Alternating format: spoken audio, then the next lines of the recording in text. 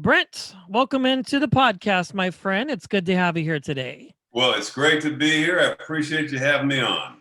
Well, if you fast forwarded through the intro like a lot of people do and you're listening in, we are chatting with Brent Huff of The Rookie. My God, this is such a fun show, and I'm excited that you're here. I love your character. I love the entire show. How fun is it? And amazing it must be to be a part of such a crazy, fun, wild ride of a show. And I think by far, I was actually talking to my roommate about this morning.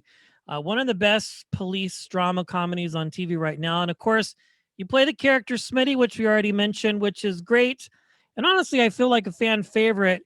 How much fun is it to be on this show and have such amazing writing and storylines that you guys do? I got to tell you, I'm so blessed to be on this show. It's the writing is great. The writers are great. Alexi Hawley, who created the show, he's awesome. The cast, crew, it's like every day I go to the set, I love it. Yeah. It's a lot of fun. Now, I do have kind of a side question here. Do you guys have advisors on the show that kind of help you tell the story? Because I honestly feel like this could be pretty on point as far as what LAPD might look like as far as a rookie training program and things like that. Oh, there are. They're technical advisors, and I go to them for advice all the time. And I would say, would Smitty really do this? And they're like, oh, no, we know guys just like Smitty, and he would absolutely do that. I go, okay. And they said, Smitty's one of these guys. Oh, that's a bunch of BS. I don't want to do that. And they go, oh, no, we know this guy well. That is funny. Yeah. It's like, I don't know if you saw that sort of when actors, we sort of come up with our biography ourselves, like Sure. where we would live and all this kind of thing. And so I had in my mind pictured where Smitty would live. And then they wrote an episode where actually I live in a trailer park. I call it Shangri-La West. It's a parking lot next to the Wilshire station with the LA skyline in the back. And so I went to see, when they brought me onto the set, there was my little trailer. There's surrounded by all these other trailers. There's pink flamingos put up, and barbecues, and other officers there that have all been kicked out of the house by their wives as well. And I said, I would live here. This looks like a good time. So yeah, that's rather funny. Like, again, it's such a believable story that you were telling every week that I could see cops actually doing that, like single cops and things like that. It doesn't seem like, okay, they're acting or they are trying to create this world, like say a Lethal Weapon type scenario. It's kind of like, this seems very real in how you tell the story. And I like it. Yeah, I was talking to one of the writers, and he said, no, I think it was San Jose that they actually have trailers next to the police station where these officers live. And a lot of times, I guess the divorce rate is high with cops. I'm sure. A lot of them get kicked out by their wives or whatever. And it's like, so then it's like, oh, I'm just going to hang out with my guys here. You know, and we'd have a drink a mojito after work. It kind of, well, I live in the Bay Area, so I'm going to have to research that a little bit because I'm very curious about that. And for those who may not have seen the show, you are missing out because this is so great. And we went so long without any episodes because of COVID, and we'll talk about that. But for those who have not seen the show, can you tell us a little bit about your character and how he fits in? You seem to be kind of a natural at this character, Smitty. Well, it's really funny. So I just, it was like a one-shot deal in season one. I was in one episode.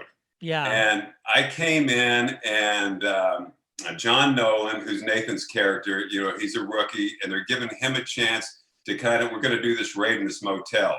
And so the rookies, we seasoned vets call them boots. Right. And so I go, I got to take orders from this boot, Nathan's character. And I go, I don't want to do that, this, that, and that. And so I was kind of a hard ass. And so I thought I was going to be this crusty older cop, that's, just waiting for retirement. And when I see these rookies, I was going to be hard on them. Really kind of a tough guy. And that changed completely. I went from that to like, I'm the fun guy, kind of a goofy guy that has no filter. He'll say anything. Yes. You know, he'll say what other people are thinking, but it comes out of his mouth. And sometimes it's goofy. It's funny when I first get a script from another episode, my wife will walk in and she'll say, "What did Smitty do this time?" And I'm like, "Oh my God, you can't believe, and it's always fun stuff. And then, when we're out in public, we'll see somebody do something that's kind of silly or goofy. And she goes, "Oh, that's so Smitty." And I go, "Yeah, it's like, what would Smitty do?" It's that kind of stuff. So it's a lot of fun playing this character. Yeah, you seem to be a natural at comedy and just sort of the subtle humor in just being as an actor. And we get that from the show. And again, I mentioned we didn't have a lot of episodes, and now we do. You guys in this show have decided, the powers that be, to not film in quote real time as far as dealing with the pandemic. The last episode, you guys had your roll call outside due to retrofitting on the scenes where you are in roll call, which I was reading that was going to be a big challenge to come back. So is it kind of nice to not have to sort of work through that whole storyline along with everything else that you're doing? Because I know a lot of shows are addressing it, or address it and then do a flash forward or a jump forward and kind of pretend like it's all over and behind them. Well, I think when that was happening, we all thought that COVID would kind of be dying out by now. Oh yeah, a couple months and we're out. Yeah, I thought for now, we were supposed to go back to work like on January the 3rd, after the Christmas break, and then that got pushed. Screen Actors Guild sent a thing out saying they're hoping all production gets pushed back. So I don't think they thought they had to address it because it wasn't going to be that long. Got it. And then, and I missed roll call. We had the one that was outside because Smitty would always have some funny line that he would smart aleck line in roll call. And I like just being around all the guys, and yeah. But it was like, roll call was always fun. Yeah, that's so exciting, and just it's entertaining every week. In fact, I have an episode right now that I have to watch when we're done because I have been catching up. Now, I kind of get the vibe from your character that he's we kind of alluded to this a little bit, an old school, like the old Rampart days of LAPD, who have been through a lot, seen a lot. How do you kind of go into your character, Smitty, and inform yourself to kind of just play this old school cop that just really doesn't care? I think Smitty has seen everything. Yeah. I think he's seen the best of the best and the worst of the worst. And you sort of get numb by it all, I think. It's like, say, with doctors who lose lives, that you come to a point where it's like you kind of become emotionless with it.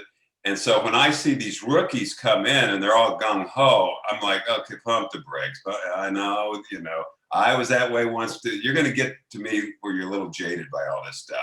And let's not go too much, So I think that he's that guy, but he sees these rookies come in and they're all they're faunching at the bit, ready to change the world. And I get it, and it's admirable, but I've seen too much. This is the reality. Yeah, it's kind of like, forget everything that you learned in training, and now I'm going to really teach you how to be a police officer. And I was reading in some of the trades that, you guys, obviously you can only be a rookie for so long, and we're now kind of in that last period where the heat is on, so to speak. And Nolan, Fillion's character, gets in a bit of a trouble, gets held back a little bit, but we still don't really know if that's going to still hold or not. And it's just a fun show. And now I understand they're might be bringing on some new people. You got Brendan Routh that just appeared in the last episode, which was really fun to see him kind of play a different character. Now, since the lockdown, we've had a couple episodes. How has filming been? Are you still filming now and kind of getting episodes out, or is it all kind of in the can and film as you go type of show? Well, we've been filming up to Christmas, like the week before Christmas, and then we all said goodbye. We'll see each other, after the first of the year. Like I said, I think it was January 3rd. We were supposed to start the next episode, and that's when the corona spiked after the Christmas break, and so that's pushed back. So we're just in a holding pattern right now, but ready to go. Yeah, and your wife's probably ready to get you out of the house. she's definitely ready to get me out.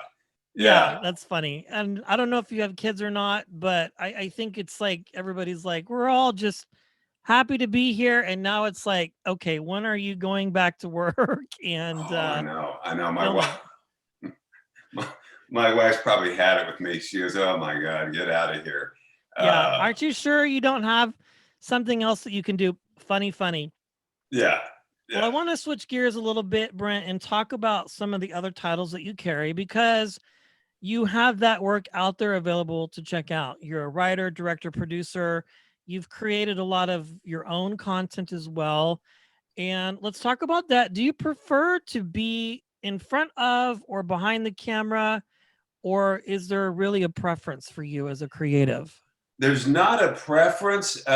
When I direct, it's a lot more pressure, because you've got wearing a lot of hats. And I tell people, I said, I must answer when I'm directing a film 500 questions a day. And Right. I'm not over exaggerating. It's literally 500. It's a lot of meetings and a lot of conversations. 18 hours perhaps to shoot 2 scenes, and it's Yeah. usually over the course of a week to create an entire episode typically. And everything could go wrong. It's like planning a wedding for 32 straight days in a row. It's that kind of stuff. It's like, oh, the car didn't show up. This actors, whatever. It's a million things can go wrong. I directed a film in Moscow, Russia, sort of the Fast and Furious Moscow style, and you cannot believe the problems I had to deal with. And I came home, and I'm not that heavy, but I lost 23 pounds filming over there, and I looked like I was anorexic when I came back because just the amount of stress. But I love it. It's problem solving. I just love being on the set. I'm a set junkie, and I've directed myself in movies, but I don't like to. And a lot of times they'll say, I'll get hired to direct a film. They want me to play a role. I said, I'd rather not. I just want to concentrate on the directing, and but it has happened. Yeah, well, that's a lot. I mean, the only example that I can think of is when Ben Affleck was going to do a Batman movie and he had decided he was going to just direct it and act in it and just couldn't do it. No knock on any of that, but it's just an extenuating amount of pressure. I understand trying to balance both the worlds, but I imagine as an actor, when you're on set, it kind of helps you understand a little bit maybe where the director's coming from as far as like what he or she might be having you do, I can imagine. It helps me so much that now I'm a writer and a director that I know, I always think some directors don't want to direct directors, slash actors. I think it's better because they know what you're up against, all this kind of stuff. So, yeah, I think that's a real plus. I'll tell you how this happened. Back, in the day, I was doing all these low budget action films. I did one after another, and they were fun to do. I literally get to go all over the world to do these things. Sure. But then at the end of the day, they weren't very good, And so I thought, you know what? I want to do my own thing. So I wrote a play, and it's over here at the Tamron Theater here in West LA, West Hollywood. And it was called Actors and Other Animals. And it's about a bunch of actors slash waiters that are counting their tips at the end of the night at Joe Allen's in New York. Nice. And all bitching about why they hadn't made it as actors. So it was like kind of cathartic. But anyway, I wrote that with all my friends that are actors. And then I thought, you know what? If I just filmed this, it'd be a movie, kind of like Extremities or whatever that's in one room. And so I wrote another script. I wrote it in one room. And right before, I was able to raise money to do this, I was doing a movie in Mallorca, Spain with James Brolin. And I told James, I said what I wanted to do. And he goes, oh, I'd love to read the script. So I gave him the script. And about 2 hours later, he calls me. He says, come to my room. He goes, you got a problem. He goes, I'm going to play the part that you wrote for yourself because it's the best part. But I will executive produce it, and you act in it, and you act, direct, and you play the bad guy. And I go, deal. So I got James Brolin on board. That's how I directed my first film. And then I really loved directing. So for years and years, that's all I would focus on. I get an acting job here and there, but it's all writing and directing. I do documentaries. And it was only like a couple of years ago that I got a recurring role in Shameless. Yes. And I go, well, this is kind of fun. And then The Rookie came along. So I had not been concentrating on acting at all. It had all been towards writing, directing films. Yeah, Shameless. That's another fun show that you got to be a part of. And I actually talked to Sarah Colonna this afternoon about her role on that show in season 9 and 10, playing Lori. So that's just great. You've done so many different things, and your works that you've directed and written have garnered you a lot of different awards. So congratulations on that. But I guess my question would be, what sort of drives you as a creative and motivates you to create your own content instead of just waiting around for the phone to ring or the email to come in to read or audition for a part? Yeah, I just need to be busy. I want to create and be creative all the time. And as an actor, you're just waiting for auditions and so that's why I try to do plays and, workshops with actors and acting class, all this kind of stuff, because I want to do it. I love the actual part of creating, whether I'm acting, directing, or writing, doing that rather than, I want to do it. Sure. And I always say this, anybody can direct a documentary. I can do a documentary on my phone and go out and Brett, I could go interview you about your podcast and do this and make it really compelling. And and I go to you, I said, you and I will do it together. Well, and we don't have much money, and then we'll go sell it, and we could make a good documentary. Sure. But it's a lot of sweat equity, but it's creative and it's not going to cost us a lot of money. That's the thing that's always with acting, that it costs money. Whereas a painter, you can get a brush, paint, and a canvas, and you can do it that way. But before, to get film and cameras and all that kind of stuff, it took a lot. But now, people are making movies with iPhones. Yeah, I've heard a lot of people talk about that.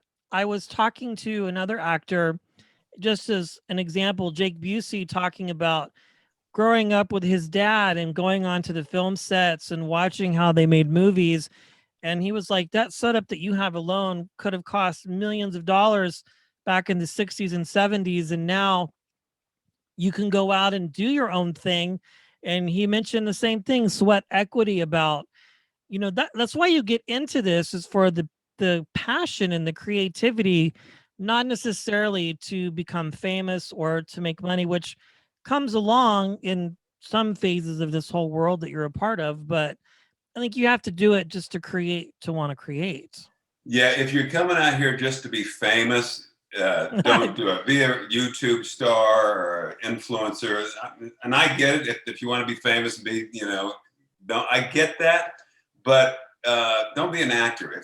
You've got to love this, because, sure. I tell people, I'd go to Bakersfield and do a movie that I know nobody's going to see, rather than go to Hawaii and stay at a 4- or 5-star hotel, just because I'd get more out of it. And right. It's fun. It's like, I remember I directed a film in Kansas City, and I'm from back there. So okay. I did this big wedding scene, like 250 people at a wedding. I called a lot of my old people that I went to college with and high school with. Hey, you want to be an extra? You dress up in a tuxedo, and then, and they show up, and it's 4:30 in the morning. It's dark, and the costumers are putting their clothes on. So it's all day. And if you've never been on a set, you'll go, wait a minute, this has been 2 hours. This is going to be like 5 seconds. And we've been sitting around all day before we even come on to do anything. Exactly. And I'm thinking, oh my God, they're going to kill me at the end of the day, why I drugged them out here to do this. And all of them came up to me and they go, now I know why you love it. Because it's everybody together for one cause, to make something hopefully magical, but it's the camaraderie with people. And it's just, it's a great atmosphere. It really is. And I'm from Wichita, Kansas, so we are neighbors. Go Jayhawks. Yeah, and, Shockers. Shockers, yeah, the WSU Shockers. Yes. Oh, that's great. And I think the first time I ever did stand-in work on a show in Albuquerque, and it was 2 scenes that they were filming for a show called In Plain Sight that was about this agency who put people in witness protection in Albuquerque, New Mexico.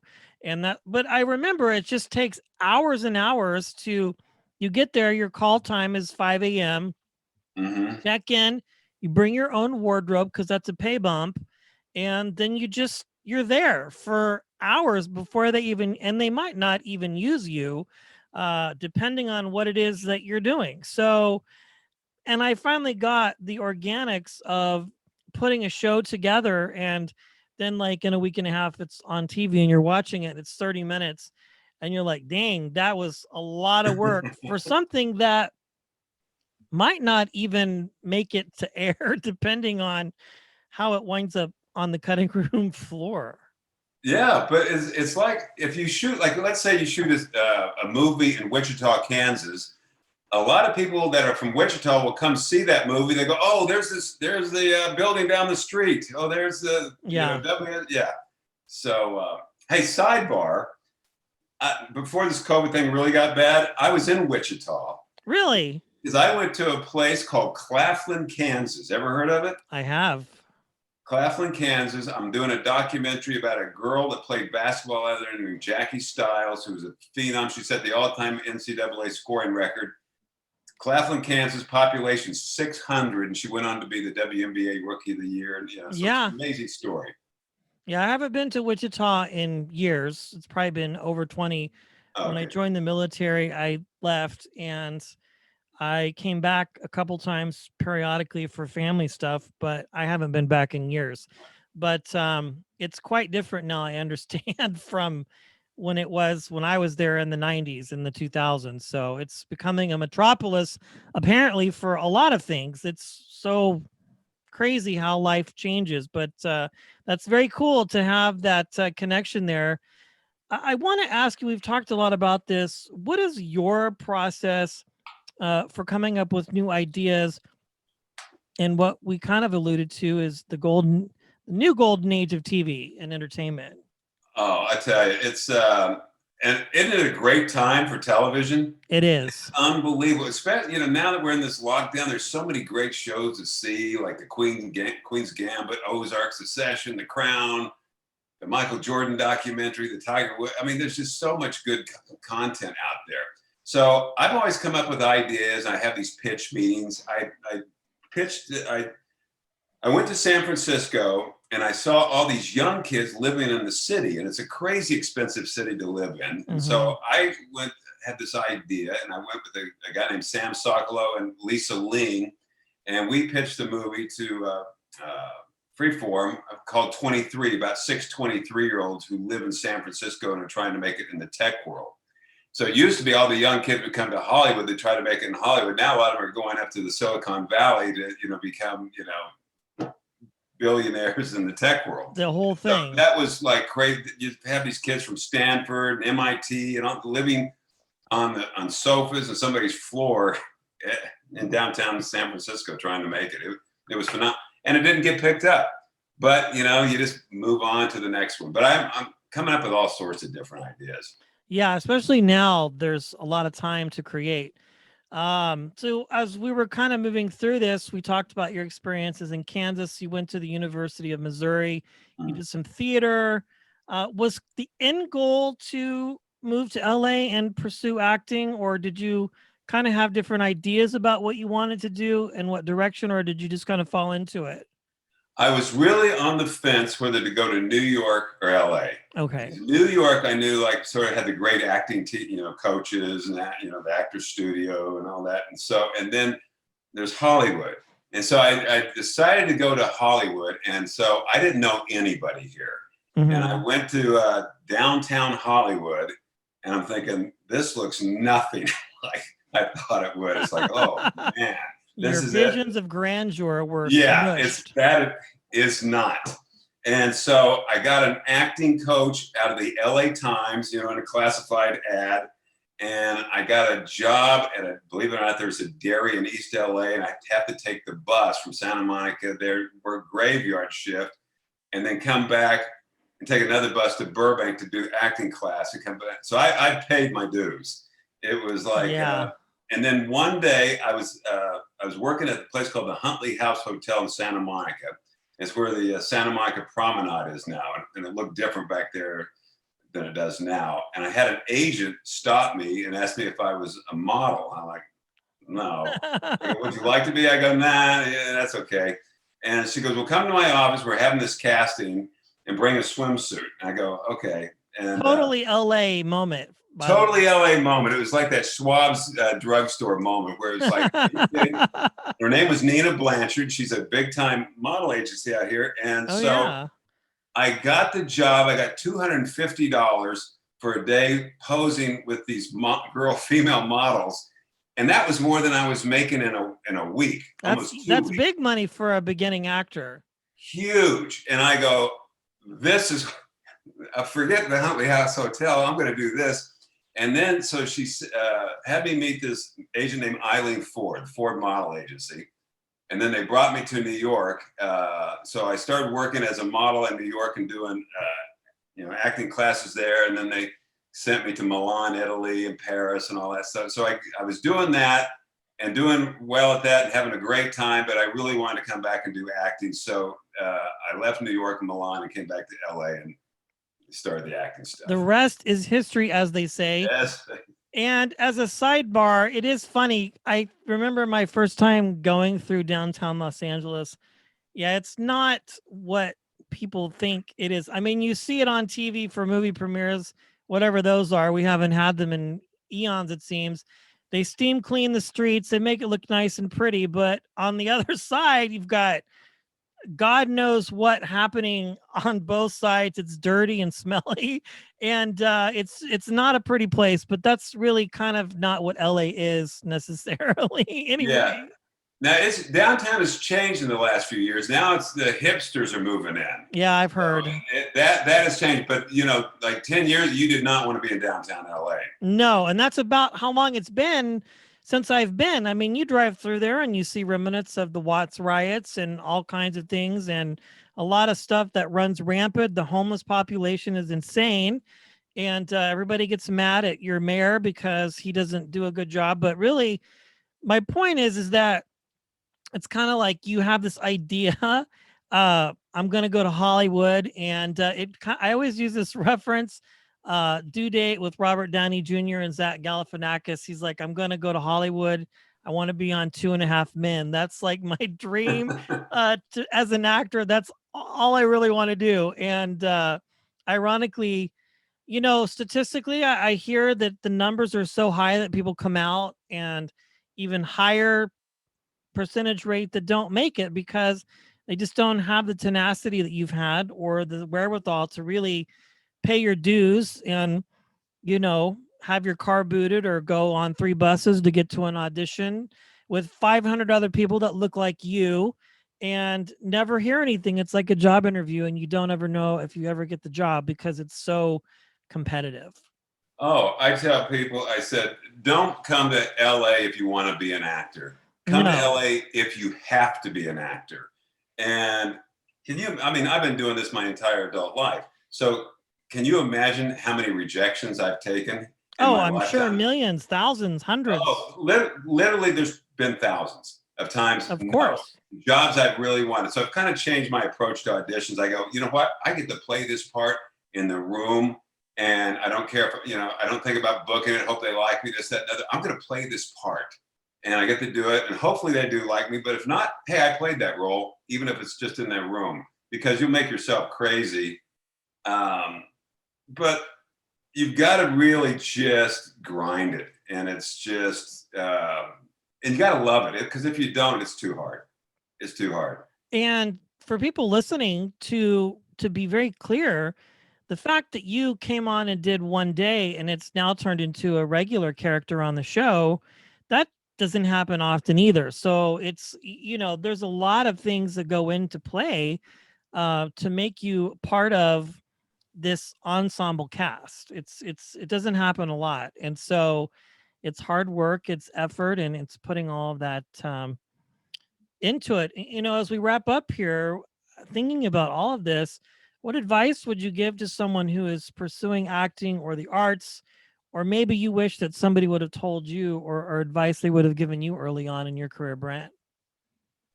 Well, I think I knew, because I haven't always had this tenacity. I played basketball in high school and college, and so I was like this gym rat. And I've just always been very motivated. I've always had a very strong work ethic, which is totally different than Smitty. Smitty's which is funny. because he's a really lazy guy. But I've always had this work ethic, and I'm just going to not give up.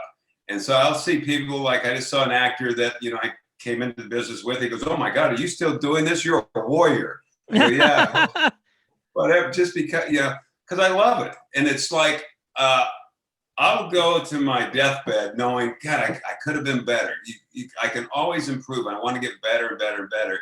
And that never leaves, you know? And there's always situations that are better. And I'm just fortunate to be on The Rookie. And it's like my very first scene was with Nathan. And he's so welcoming to any guest that come on. And when he's the show and he's just a down-to-earth guy, and you go, man, that's a show I'd love to be called back on, and I'm fortunate enough that I was. So yeah, well, we had him booked, and then the pandemic happened, and now everything's on a hold for a lot of people because they don't want to do press necessarily if something's not happening. Some like yourself who will come on at any point, and some will just want to wait. So I'm thankful for the things that I get to do, and it's been so much fun chatting with you. I tell you, you know, I talk to a lot of people, but this has definitely been a highlight for me. If people want to check out the other things that you've done, some of your other films that have garnered some pretty big awards and other projects you've written and directed, Brent, how can they do so? Go to BrentHuff.com. So all my stuff is listed there. Yeah. Good stuff. Well, we're excited to see what happens this season and where the show takes you and all the other characters that always make for a good laugh and keep us on the edge of our seats as well. Thanks, Brent, for being here. Well, Brett, thanks so much for reaching out to me. I appreciate it. Thank you.